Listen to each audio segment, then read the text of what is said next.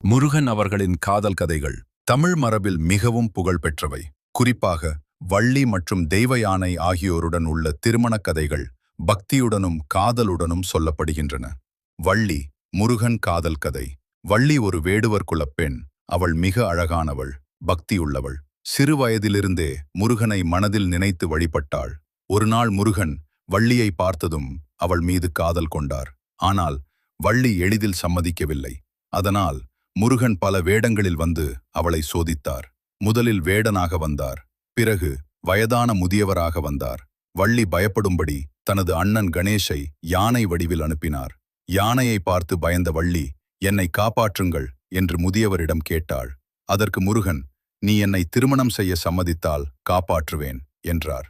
வள்ளி சம்மதித்ததும் முருகன் தன் தெய்வீக வடிவத்தை காட்டினார்.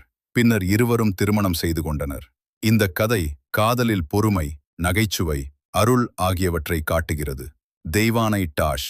முருகன் திருமண கதை. தெய்வானை தேவர்களின் அரசன் இந்திராவின் மகள்.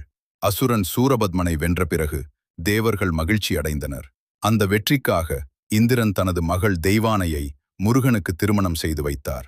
இந்த திருமணம் திருப்பரங்குன்றத்தில் மிக விமர்சையாக நடைபெற்றதாக புராணங்கள் கூறுகின்றன.